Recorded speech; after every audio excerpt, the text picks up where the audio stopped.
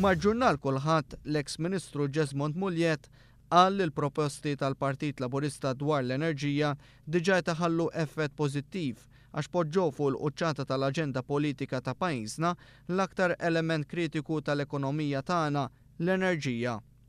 Qal li l-viżjoni proposta tidħol tajjeb f'ċertu dettall f'materji bħal generation mix li ma tiddependix minn sors wieħed ta' fuel għal ġenerazzjoni. Din l-istess viżjoni qal il-Perit Muljet tiggarantixxi provvista tal-enerġija, l-effiċjenza tal-ġenerazzjoni u sostenibilità tal-politika tal-enerġija kollha kemm hi.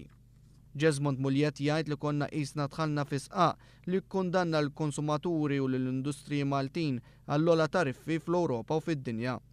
Jisħaq li l-kompetittività ta' pajjiżna hija imminata jekk ma jorħsux drastikament it-tariffi tad-dawl. L-idea ta' sħubija mas-settur privat tal-ġenerazzjoni tal-elettriku hija tajba x'neħħi parti mill-pis minn fuq it-taxpayer Malti u tgħaddija lil privat u dan jiġi kkumpensat. Jesmond Muljet jgħid li l-pjan ta' gvern ġdid huwa kunċett innovattiv u li jista' jintlaħaq billi jagħti assigurazzjoni ta' prezzijiet li jibqgħu baxxi. Dwar il-kritika li saret li pajjiżna se jkollu aktar enerġija milli hemm bżonn, Muljet jgħid li dan ma jdejqu xejn għaliex din tista' tiġi esportata u l-Maltin jaqilgħu xi ħaġa. Huwa tkellem b'mod pożittiv ħafna għal fatt li pajjiżna ma jkunx dipendenti fuq l-ebda sors ta' ġenerazzjoni. Dan anki jagħti l-Gvern ċertu saħħa meta jinnegozja biex jixtri l-enerġija.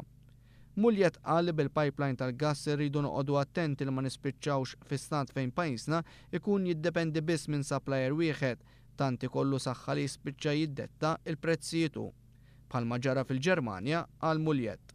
Huwa tkellem b'mod pożittiv ħafna dwar il-proposti ta' gvern ġdid li juża l-enerġija minn sorsi rinnovabbli u qal li b'dak li qed jagħmel il-Partit Laburista bagħat sinjal il-politika dwar l-enerġija huwa l-aktar settur kritiku għall kwalità tal-ħajja u s-saħħa tal-poplu u għalhekk jixraqlu l-ogħla impenn.